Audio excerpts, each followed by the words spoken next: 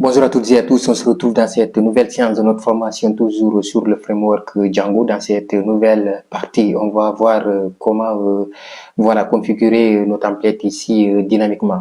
Voilà, ou bien comment ici mettre des données dynamiques sur nos templates. Comme vous le savez, lorsqu'on avait vu dans la partie précédente, les templates, les informations qu'on avait données comme les messages là que vous voyez ici, application, on s'était fait voilà d'une manière statique. Donc on venait, on écrivait voilà directement ici sur nos templates et on voyait le résultat. Donc ici, si j'exécute par exemple notre serveur comme on l'avait fait sur voilà la vidéo passée, par exemple, je vais venir sur notre navigateur. Voilà, vous allez voir ici le résultat. Donc ici, je vais ouvrir Firefox comme vous le voyez ici. Donc on a ici donc application 1 comme vous le voyez. Donc ça a été fait d'une manière ici statique. Donc on vient ici directement, on peut écrire ce qu'on veut. Par exemple, si je mets par exemple cette balise H2 cette fois-ci, si je mets par exemple une balise ici H2, voilà, excusez-moi, donc je vais aller beaucoup plus vite. Donc par exemple, je mets ici application par exemple de donc si je mettais par exemple ceci et que je venais ici sur le navigateur, si je réactualise, vous voyez que maintenant ici ça a été fait d'une manière statique. Donc c'est quelque chose qu'on a écrit voilà de manière statique. Donc on va essayer de voir comment faire ça dynamiquement. Donc sur la logique. Voilà, parce que ici comme vous le savez, Django est un voilà framework qui répond à un norme qui est le MVT, Model View Template. Donc ici sur notre view, c'est là-bas qu'on va écrire la logique. Voilà, les données qui vont venir provenir sur notre base de données. Voilà, directement, et on va les afficher sur notre ici template. Comme on n'a pas encore vu les bases de données, donc on va voir comment faire cela d'une manière dynamique avec soit les variables ou bien sur cette vidéo, on va essayer de voir cela avec les dictionnaires. Donc les dictionnaires aussi, c'est des types de variables. On peut dire que c'est une structure de données. Voilà, une dictionnaire, c'est une structure de données voilà, qui permet ici de stocker des éléments qui a une clé et une valeur. Donc, si on veut récupérer, par exemple, une valeur, on va aller, par exemple, voilà, faire appel à la clé. Donc, on avait vu cela sur notre série de formation sur le framework Django, sur le langage de programmation Python. Donc, si voilà, je ne me trompe pas. Si vous venez ici, par exemple, sur, voilà, donc on a Django qui est là. Donc, on est à la 14e vidéo ou bien 15e. Donc, voilà, donc ici, on a une formation complète ici de Python, voilà, qui n'est pas terminée. Mais si vous venez ici, vous allez voir, on a vu cette étape. Donc, les dictionnaires, tout cela, vous allez comprendre comment les dictionnaires, ça se passe. Donc, ici, on revient toujours sur notre application. Donc, pour faire cela, supposons que, voilà, nous, ce qu'on va essayer d'afficher maintenant ici, je vais changer ça. On va prendre un dictionnaire d'un ensemble d'éléments. Donc, ici, je vais changer d'abord, je vais dire, bon, ou bien dictionnaire, bon liste des étudiants, ou bien, bon, information d'un étudiant. Donc, je vais dire ici, information de l'étudiant. Bon, si je mets ici, information de l'étudiant, on va mettre ici, voilà, donc ici, ce sont des informations de l'étudiant qu'on va essayer d'afficher, par exemple, ici. Donc, on revient ici sur notre logique. Ce que je vais faire maintenant ici, bon, on avait l'application 1 et l'application 2, mais voilà, cette fois-ci, on va travailler seulement sur l'application 1 qui est là. Donc, je vais supprimer l'application 2. Voilà, donc je vais le supprimer. Bon, ici, vous allez suivre la playlist pour que vous puissiez comprendre, voilà, donc pourquoi on continue sur cette logique. Donc, veuillez suivre la playlist de Django ici, voilà, pour être à jour avec nous. Donc, ici, on va travailler seulement sur notre application 1 qui est là. Donc, voilà, donc je vais venir ici sur la vue. Donc, c'était ça qu'on avait vu sur notre application ici. Voilà, donc on avait créé notre template qui est là. Donc, ça, c'est pour le template 1. Donc, ça, c'est pour l'application 2. Je vais supprimer ça aussi. Donc maintenant, on va travailler sur ça seulement. Donc on a notre fichier qui est là de notre template et on a maintenant ici notre view qui est là. Donc l'URL a été branché ici comme vous le savez. Donc ici tout fonctionne avec l'URL, tout cela. Ici on nous dit name ici application 2 erreur. Donc ce que je vais faire, je vais aller supprimer ici l'application 2. Je vais faire ici CLS nettoyer. Donc je vais aller sur les settings ici. Voilà, j'avais ici bon. J'ai mis ici l'application 2, je vais le supprimer. Aussi sur l'URL du projet ici. Voilà, donc l'application 2 ici, je vais l'enlever aussi. Donc cette fois-ci, si je réactualise, donc je vais exécuter. Donc ici, tout se passe bien. Je vais aller encore sur notre navigateur pour réactualiser. Donc ici, information de l'étudiant. Donc ça passe bien maintenant. Donc ce que je vais faire ici, je vais venir sur notre view.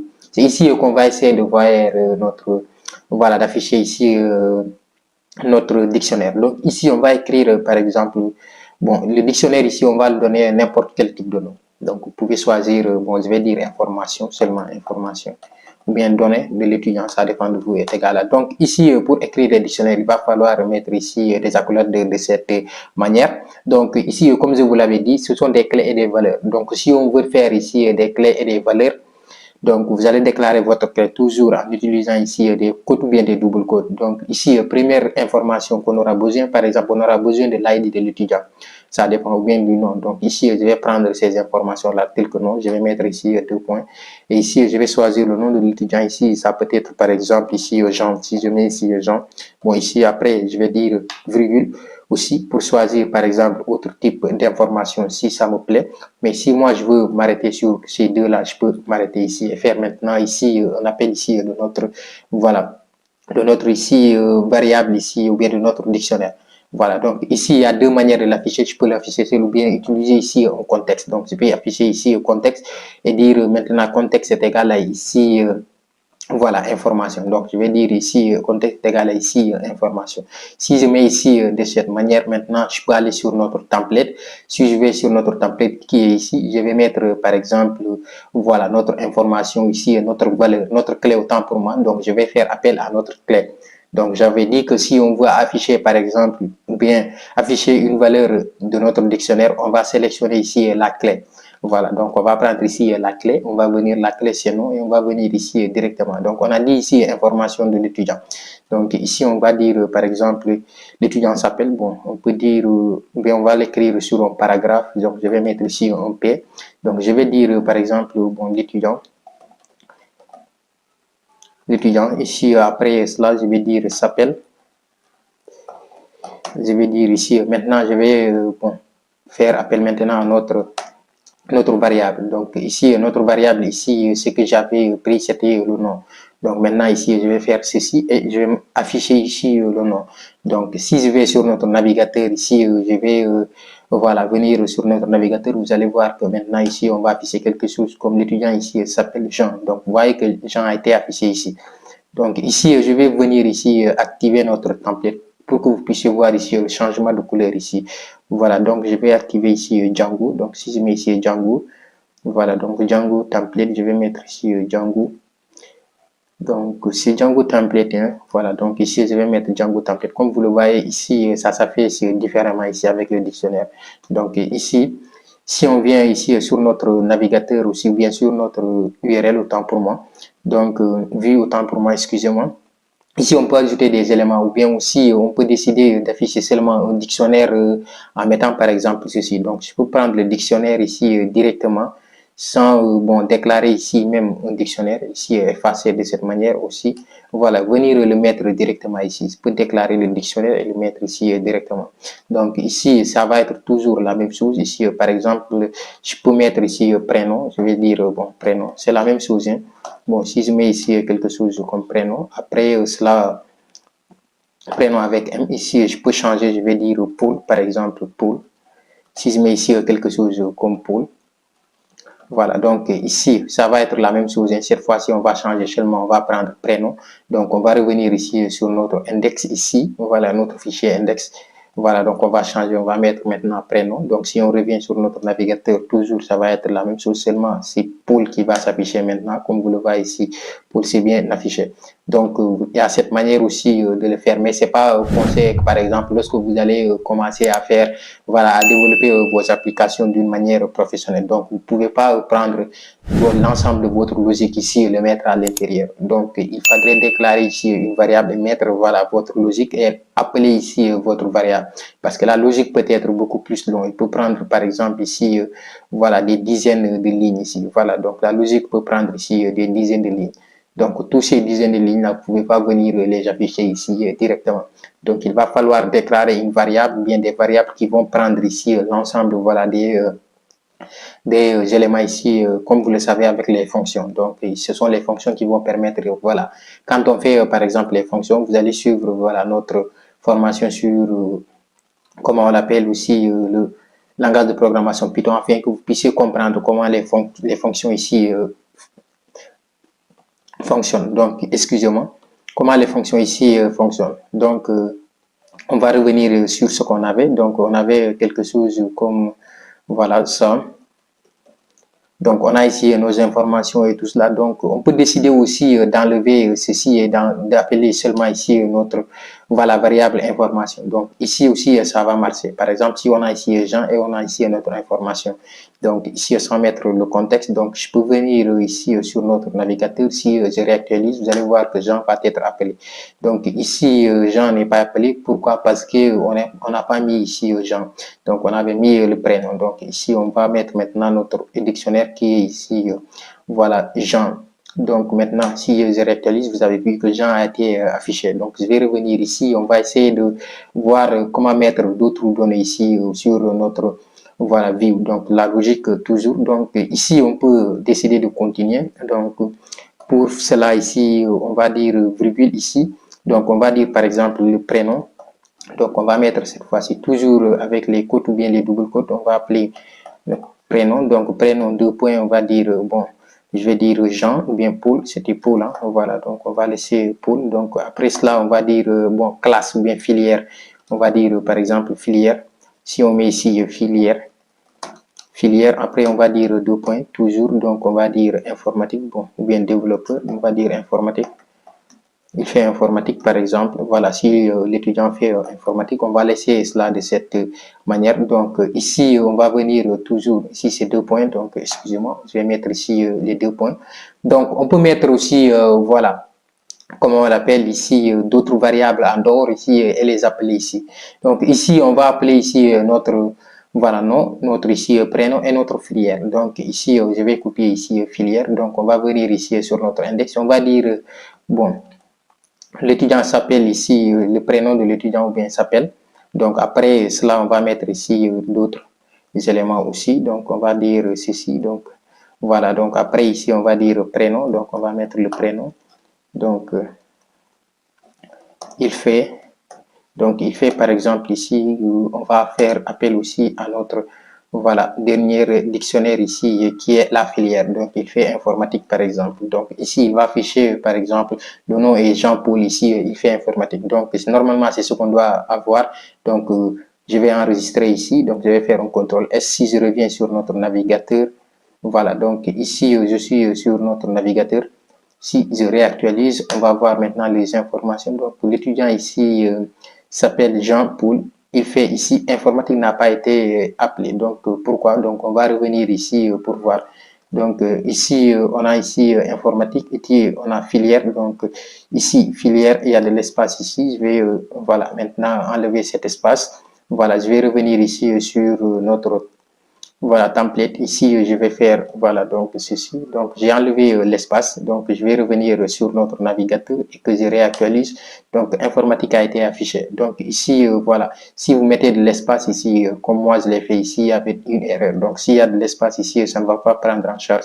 Donc, cet espace-là va être considéré ici comme une chaîne de caractères. Donc, c'est pour cela que ici, informatique n'a pas été affiché.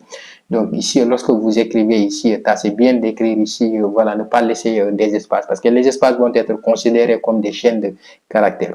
Voilà, donc par exemple, on avait vu sur notre formation sur Django, sur Python, autant pour moi. Lorsqu'on laisse un espace et qu'on veut calculer le nombre d'espaces, de lettres ou bien de caractères qui se trouvent sur une variable d'une chaîne de caractères ou bien n'importe quel type, on va voir ici que voilà, l'espace va être pris en compte. Donc ici, l'espace a été pris en compte. C'est pour cela ici, cela n'a pas été affiché. Donc ici, on peut aussi déclarer une variable et l'appeler ici, par exemple, sur notre dictionnaire. Supposons qu'on veut, bon, savoir l'âge de l'étudiant. Donc on peut dire, par exemple, quelque chose comme, voilà, je vais revenir ici pour voilà, avoir une vue beaucoup plus intéressante. Donc ici, on peut dire par exemple l'âge de l'étudiant, on peut dire âge est égal à par exemple 24 ou bien 25. Donc si je mets ici 25, donc on veut que par exemple cette variable-là on puisse l'appeler ici sur notre dictionnaire, parce qu'ici on a appelé directement notre dictionnaire. Donc ici, pour que cette variable-là puisse être ici, il va falloir qu'on le mette ici. Donc, pour le mettre ici, on doit déclarer ici un élément, un dictionnaire aussi, ou bien une variable qui va permettre ici. On peut dire ici âge avec GA, on va dire maintenant ici âge avec GA est égal à ici quelque chose comme ici âge. Donc, on va mettre ici notre âge. Donc, si on met ici notre âge, ici, excusez-moi, voilà. Je vais mettre ceci. Donc, voilà. Donc, ici, on va dire quelque chose comme cela. Donc, on va dire 2 points. Donc, si on met cela, on va dire que maintenant ici, notre âge la représente ici notre âge. Cette variable-là va prendre ceci. Voilà. Donc, cette fois-ci, on va prendre maintenant notre âge. GA ici, ou bien on peut mettre ce qu'on veut. Donc, si vous mettez A, c'est la même chose. Hein. Ça dépend de vous. Donc, ça dépend de vous. Donc, ici, vous allez prendre AG qui va représenter ici notre variable là. Donc, et notre variable là, ici, a pour élément ici directement, a pour valeur 25. Donc, normalement, si on vient sur notre index ici, bon, on va dire par exemple, il est âgé. Bon, son âge, bon, on va dire son âge. Et 2 par exemple, et 2 on va faire toujours la même chose. Voilà, donc on va faire toujours la même chose et on va mettre maintenant ici âge, donc de cette manière. Donc ici, vous n'allez pas mettre ici âge avec l'autre, parce que ici, comme vous le voyez ici, lorsqu'on l'a fait appel ici directement. Donc c'est pour cela qu'on ne prend pas le nom de la variable, parce qu'on a pris ici le nom de la variable. Donc on a créé ici une variable sous forme de dictionnaire et on l'a affecté ici à cette voilà, valeur. Donc, on va revenir ici directement sur notre navigateur. Si je reviens sur le navigateur, donc normalement, on va avoir son âge ici est de 25 ans. Comme vous le voyez ici, son âge est de 25 ans. Donc, c'est de cette manière ici qu'on peut afficher voilà, des templates ici, des données d'une manière dynamique sur notre template. Donc ici, on va changer seulement les informations et ça va s'afficher ici sur notre template d'une manière dynamique. Donc c'est à partir de ce moment-là que ici, voilà, c'est à partir d'ici là qu'on peut voilà afficher l'ensemble des éléments ici qui se trouvent voilà sur notre template ici, comme vous le voyez. Donc aussi, c'est comme ça qu'on va utiliser ici au cours de notre formation, qu'on va essayer de procéder. Parce que lorsqu'on va voir ici les modèles et tout cela, on va écrire ici l'ensemble de nos données et directement les afficher ici. Donc ici, ce sont voilà une manière ou bien voilà des exemples ici avec des variables. Mais lorsque voilà, on va entrer voilà, en profondeur dans notre formation, on va créer des tables et tout cela. Donc, ce sont les informations qu'on va avoir sur nos données qu'on va essayer de manipuler. Donc, ce sont ces informations-là qu'on va afficher tout cela ici et ils vont s'afficher dynamiquement ici sur notre template. Donc, ça va être pratiquement la même chose. Donc, on s'arrête ici pour cette vidéo. J'espère qu'elle vous a plu. Est-ce que vous avez compris? Si vous avez du mal à comprendre certaines choses, vous pouvez voilà, les écrire en commentaire, je peux vous répondre. Voilà, donc n'oubliez pas de liker la vidéo, de vous abonner, d'activer la cloche de notification pour ne rater aucune de nos prochaines vidéos. On se dit à très bientôt.